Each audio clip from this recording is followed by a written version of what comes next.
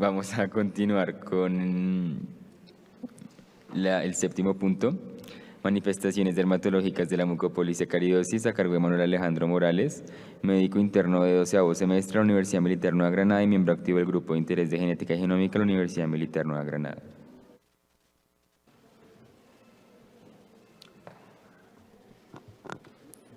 Muy buenos días a todos. Entonces, bueno, como mencionó el introductor, pues voy a hablar sobre las manifestaciones dermatológicas asociadas a las mucopolisacaridosis.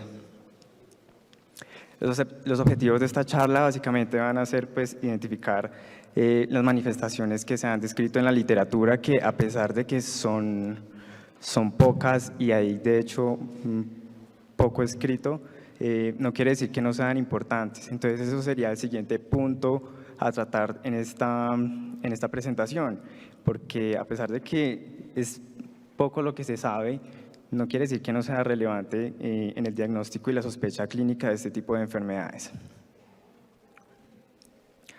A modo de introducción, entonces tenemos que los lisosomas son unos organelos a nivel de la célula que pues están implicados en diversas funciones, muchísimas funciones, no solo en la fagocitosis, como vemos aquí en la imagen, sino también en otro tipo de degradación de aquellas moléculas o, bueno, macromoléculas que componen los tejidos, ¿cierto?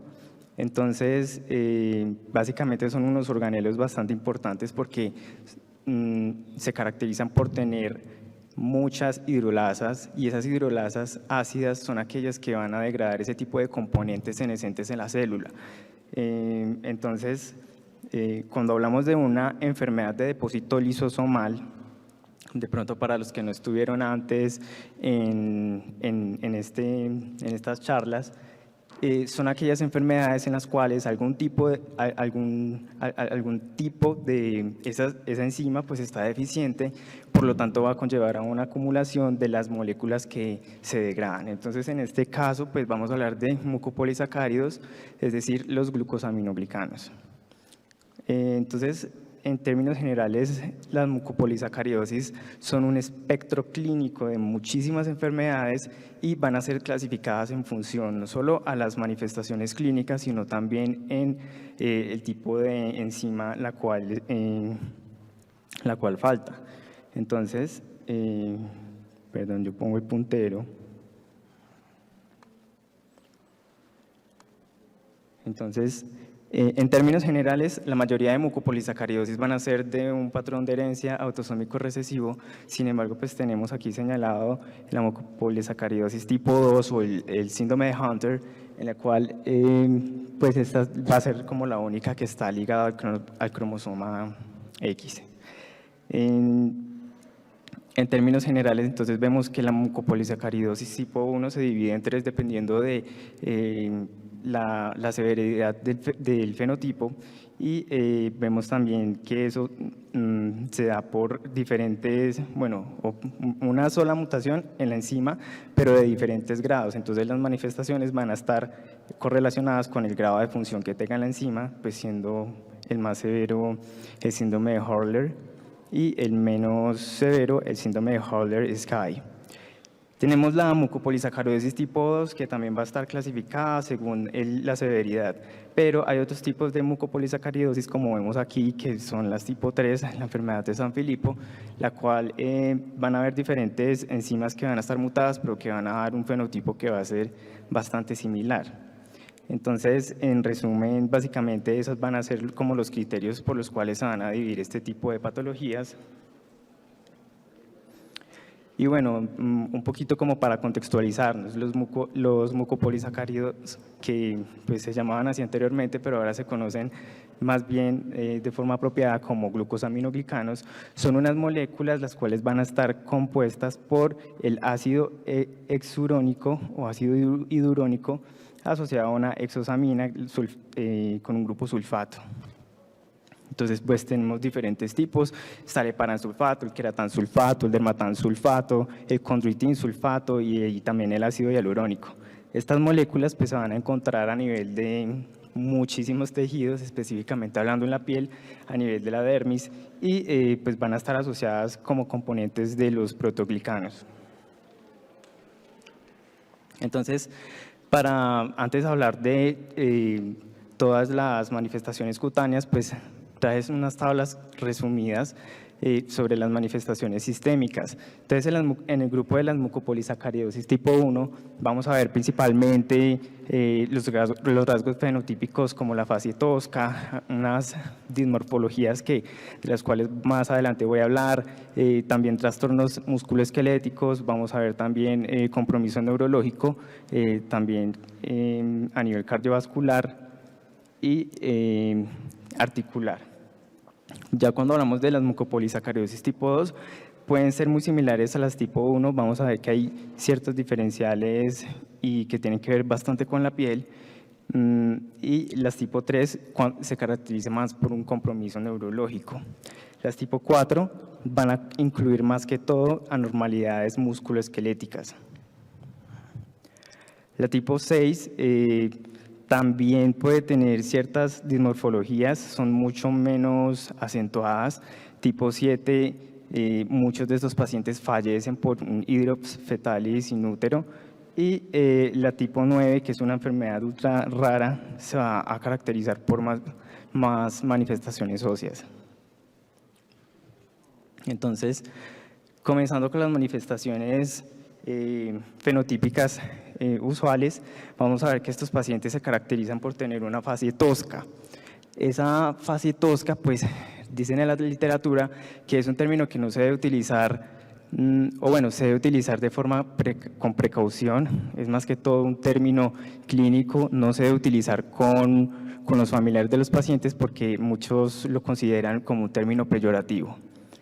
¿Esto a qué se debe? Básicamente a el acúmulo de todos esos glucosaminoglicanos que generan como ciertos relieves sobre la piel y que dan esa fase. La otra manifestación va a ser el hipertelorismo. También vamos a ver una depresión del puente nasal y una base nasal ancha. Muchas veces van a encontrar en la literatura que este tipo de fases van a ser denominadas gargolismo. También es un término que pues debe tenerse precaución al utilizarlo con los pacientes porque muchas personas lo pueden considerar peyorativo. Vemos también un engrosamiento de la piel de los labios y usualmente macroglosia. Estos pacientes vemos que tienen usualmente la boca abierta porque les cuesta cerrarla ya que tienen hipertrofia de las adenoides y esto conlleva a que pues tenga que tener una respiración de predominio bucal, respiran más bien por la boca. Otra de las características, y ya mirando otro tipo de casos, vemos acá que está más pronunciada la depresión del puente nasal. También vamos a ver que unas cejas arqueadas, en algunos casos se puede asociar a hipertelorismo y muy importante mirar las manos porque se caracterizan por tener unos dedos que van a ser cortos y que también van a ser ensanchados con contractura que en muchas ocasiones puede llevar a clamptodactilia. Aquí vemos otro paciente, vemos la predominancia en la macroglosia y en unos labios bastante engrosados. Y otra de las manifestaciones cutáneas que más se refieren es la aparición de hernias umbilicales e inguinales. Bueno, en cuanto a la piel de las manos, es importante que hay unas manifestaciones bastante parecidas con la escleroderma, entonces se le empezaron a denominar acroesclerosis-like o parecido a la acroesclerosis, y esto pues básicamente se da por ese acúmulo de los glucosaminoglicanos que dan una especie de aspecto bastante engrosado de la piel y retraído, incluso puede llevar a contractura de las articulaciones interfalángicas. Hablando de una característica bastante común son las pápulas que son casi patognomónicas de la enfermedad. Pueden aparecer entre el primer y el cuarto año de vida y se caracterizan por ser de color marfil, eucrómicas o que también son blanquecinas. Pueden llegar a formar nódulos, más adelante les voy a mostrar otras fotos, y que al unirse tienden a formar unas placas que tienen un patrón bastante reticular como vemos acá y que forman también unas crestas o relieves como vemos en donde estoy señalando con el puntero. Estas pápulas suelen desaparecer a lo largo de la vida. Aquellos pacientes que llegan a la adolescencia pueden llegar a tener resolución de las mismas y suelen ubicarse principalmente en la espalda, a nivel de la escápula y entre la línea axilar posterior. Hay otros lugares en los cuales también se describe, también está el tronco anterior, tenemos la cara lateral de los muslos, como en este caso. Y bueno, estas pápulas usualmente se presentan en el síndrome de Hunter y en el síndrome de Hurler. Y se describen, como ya lo he mencionado, como una manifestación que es casi patognomónica de la enfermedad. Aquí vemos otro caso, y en este caso pues lo vemos a nivel de los glúteos. Vemos que ya no son pápulas sino nódulos, y son nódulos que, como he mencionado, van a coalescer en muchos casos formando este tipo de placas que incluso se llegan a describir como un patrón en empedrado, como vemos en la imagen. Entonces, dentro de la histopatología de este tipo de pápulas y nódulos vamos a encontrar un acúmulo de mucina entre los haces de colágeno que vemos de color rosado. La mucina se va a ver de este color azulado, violáceo, que vemos entre todos esos haces y que se depositan a nivel de la matriz extracelular con un predominio a nivel de la dermis. Entonces, como vemos en esta imagen, aquí tenemos epidermis, tenemos la unión dermoepidérmica y posteriormente vamos a tener aquí la dermis papilar, formando estas papilas, y la dermis reticular aquí abajo con tejido celular subcutáneo. Y en esta imagen de al lado pues vemos un corte similar, pero entonces ya lo hemos teñido con otro tipo de tinción que es el azul de Alcian, que es más, que nos ayuda a resaltar más el acúmulo de los glucosaminoglicanos. Pues este artículo trae una imagen bonita de microscopía electrónica en la cual nos muestra un fibroblasto. Aquí vemos el núcleo, aquí vemos los lisosomas que están llenos, expandidos de todos esos glucosaminoglicanos que no puede degradar junto con otras moléculas alrededor de él mismo. Otra de las manifestaciones que vamos a ver es la melanosis dérmica, o también conocido como las máculas mongólicas. Estas usualmente van a presentarse a nivel de la espalda, pero pues también se puede ver en el tronco anterior y en las piernas. La melanosis dérmica pues no es propia de la mucopolisacaridosis, pero hay que tenerlas en cuenta porque se puede presentar hasta en un 78% de los pacientes que tienen síndrome de Hunter, y básicamente pues vemos este tipo de máculas de unos bordes bien definidos, que no son regulares, pero que comprometen una superficie importante de la superficie corporal. También se pueden encontrar a nivel sobre la región sacrococcígea, eso también es bastante característico y es más predominante en los pacientes que son de raza negra. Este caso es bastante interesante porque pues vemos hipertricosis, como les había mencionado, vemos las pápulas por un lado a nivel de la escápula, y más abajito, si alcanzamos a apreciar, podemos ver la melanosis dérmica. Este estudio es bien interesante. Aquí pues intentaron describir dos reportes de casos con enfermedades de depósito lisosomal, no solamente mucopolisacaridosis, pero sí vemos que dentro de los hallazgos de la melanosis dérmica estaba bastante presente en casos del síndrome de Hurler. Uno de los mecanismos fisiopatológicos por los cuales se propone que ocurre este tipo de manifestaciones, porque al unirse todo el heparan sulfato o cualquier otro mucopolisacárido, a este tipo de receptor tirosinquinasa, que es el receptor del factor de crecimiento neurotrópico. Esto se encuentra a nivel del melanocito y hace que actúe como un quimiotáctico, un agente que impide que estos melanocitos no migren hacia la epidermis como normalmente se encuentran a nivel del estrato basal, sino que se queden a nivel de la dermis.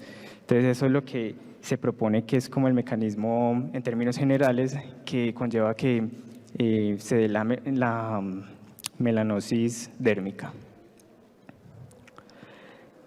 Esta imagen resume básicamente todas las manifestaciones que podemos encontrar en un paciente que tiene una mucopolisacaridosis. Entonces vemos las pápulas a nivel de la escápula, los dimorfismos faciales que hemos comentado, ¿cierto? El puente nasal ancho, una cresta nasal deprimida, vemos también la sinofridia, hipertelorismo, una frente prominente, la hipertricosis generalizada, vemos bastante vello corporal incluso desde el nacimiento, la hepatosplenomegalia, entre otras manifestaciones esqueléticas.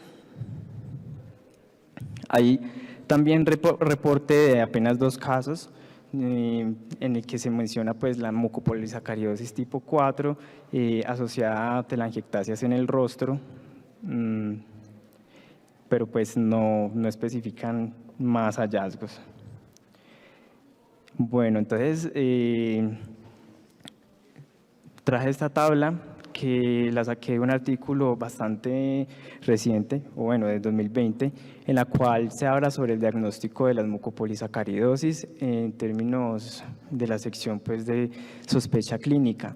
Como tal, podemos ver que hay manifestaciones que van a predominar en un cierto tipo y en otro, pero por ningún lado vemos muchas manifestaciones dermatológicas. Aquí únicamente podemos apreciar hipertricosis, engrosamiento del cuero cabelludo y las dismorfologías, pero ¿dónde están las otras pápulas? Pues no las incluyeron. Hay más síntomas sistémicos, síntomas y signos sistémicos, enfermedades en otros órganos, pero entonces si hablábamos de que se ha reportado en la literatura este tipo de pápulas, la melanosis dérmica como algo que es casi patognomónico de estas enfermedades, ¿por qué no las describen? Entonces, uno de los objetivos que les había mencionado era básicamente identificar la importancia que puede tener el clínico al identificar estos hallazgos que son característicos de la enfermedad y conllevar a una reflexión, porque siguen siendo unas manifestaciones importantes, son tempranas. Incluso traje esta otra gráfica que también, en la cual se habla también sobre el diagnóstico y el tratamiento de la enfermedad y vemos cómo puede ser usualmente la progresión de las mucopolisacaridosis. Aquí hablan de la 1 a la 4, pero entonces, a modo de reflexión, traje, por ejemplo, estas manifestaciones que incluyen el hirsutismo y las manchas mongólicas dentro de las primeras manifestaciones que se van a aparecer. Entonces, pienso yo que el papel del clínico es bastante importante porque son manifestaciones que son patognomónicas y que se presentan de forma muy temprana y que pues nos pueden ayudar incluso a identificar los pacientes de una forma más rápida, que de pronto tal vez son subestimadas y que realmente incluso no forman parte como de los criterios clínicos diagnósticos, pero que deberían tenerse en cuenta. Y ya en cuanto al tratamiento, porque pues el tiempo es corto y no puedo ahondar tanto en eso, se han reportado de que pues el pilar fundamental va a ser siempre el soporte de los cuidados básicos de la piel, ¿cierto? Pero hay reportes de casos del uso de trasplante de células madres hematopoyéticas, las cuales pues tienen una mejoría de resolución de todas esas manifestaciones que les he comentado, menos de la melanosis dérmica, y la terapia de reemplazo enzimático, que pues también tiene resolución sobre todas estas manifestaciones a nivel de la piel. Y eso era todo lo que tenía que contarles.